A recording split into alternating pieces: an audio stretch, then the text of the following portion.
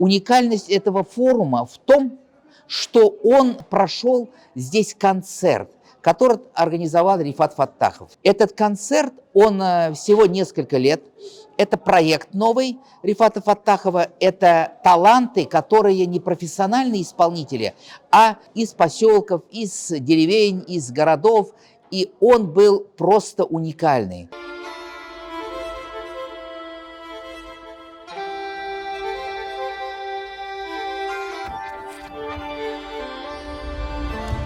Бик зур рәхмәт менә шушы проектны булдырган кешеләргә һәм әлбәттә татар халкы, татар милләте нинди генә континентта булса да татар булып кала.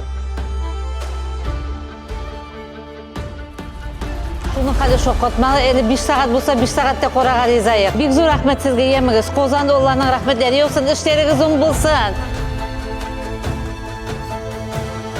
Бик яхшы концерт булды. Шул хәлдә бөтен халык кешеләр һәрбер йөзләрендә шатлык, бәхетләр күренеп тора, чәчелеп тора. Шатлык, шундый шатлыклар, шундый концертлар күбрәк булсын иде. Рифат Ахметовичка шундый бик зур рәхмәт менә шулай оештырган өчен. Шундый концертлар оештыручылар хәрбигә. Менә алардан ул кичә бик яхшы.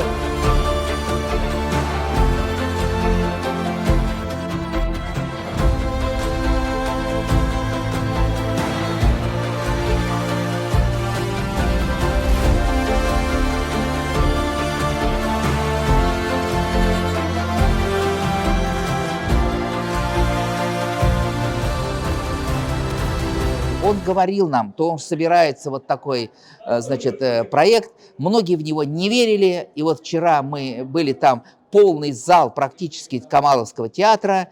И все были просто в большом восторге от этих бабушек, от этих дедушек, от этой молодежи, которые, может быть, впервые в жизни вышли на такую сцену.